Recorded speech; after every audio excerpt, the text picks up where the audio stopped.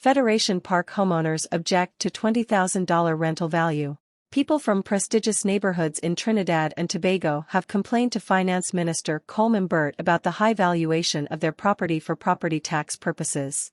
Piloting the finance bill in the Senate, at the Red House, Port of Spain, yesterday, Burt said, "I have had persons from the most prestigious neighborhoods in Trinidad and Tobago complaining to me about the annual rental value that has been assessed for their property. And I'll use an example of Federation Park. People from Federation Park have complained to me that their houses have been valued at a rental value that is equivalent to just around $20,000 a month, $19,000 a month. And I had a very passionate group coming to me to tell me that that can't be right, that nobody in Federation Park is getting more than $10,000 a month for their property. How does one deal with that? How do you deal with that? Because one knows that that is just not so.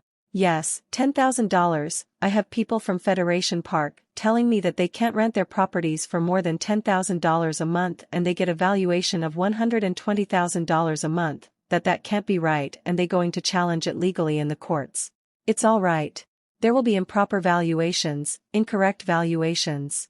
I have no doubt, this is a new system and there will be valuations that make no sense. And that is why we have a challenge process in place that if you are of the view that your valuation is incorrect, you can challenge it and you can provide evidence that the valuation is nonsensical, Burt said. But there are some noises I am hearing that don't make any sense to me, okay, he added. Burt said the other thing that people needed to understand was that if they are financially challenged, you are a pensioner, you live in a house that you bought years ago, it is now in a neighborhood that is an expensive neighborhood, I'll use Woodbrook. 40 years ago, 50 years ago, at that time, it was affordable, but now because of the commercialization of Woodbrook, properties in Woodbrook are changing hands for $3 million, $4 million and so on. And rental in Woodbrook is now $20,000 to $25,000 a month. And, therefore, you have an old couple, they are on pension and they are confronted with a rental value of, let's say, $20,000 a month. And the tax on that would be $600 a month or $7,000 a year and they can't pay that. I had somebody speak to me yesterday about that. And the solution to that is in the Property Tax Act. Burt said, it is, that, you make an application to the Board of Inland Revenue for deferral of the tax. So you don't have to pay it. So you, as the pensioner, who has been assessed with this high valuation, you don't have to pay it because you have demonstrated that you are on a fixed income and you simply can't afford that additional $600 a month if you are getting a pension of $3,500. Burt, many pensioners wouldn't have to pay property tax. Burt said he was sure that many pensioners would be able to demonstrate easily that they were elderly, financially challenged persons who could not pay property tax because they had low income. Automatically, once you are a senior citizen pensioner, you would meet the criteria of financial challenge. Because unless the Ministry of Social Development has not done a proper assessment of you, but the fact is that you are on disability, on public assistance, whatever, you are on a social grant, automatically, you are being screened and deemed that you are in an impecunious position. Therefore, a person like that would automatically get a deferral.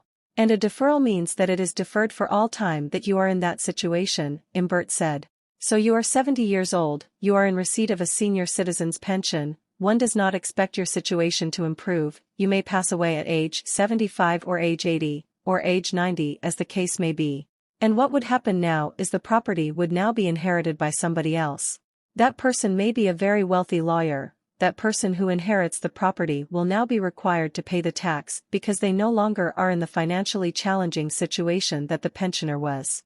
So the pensioner will pass on the property to a wealthy person and that person is no longer in a situation where they could continue with the deferral. It's common sense.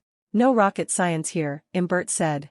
Burt had stressed earlier that the notices of the valuation which people were now receiving in their post boxes were not notices of property tax.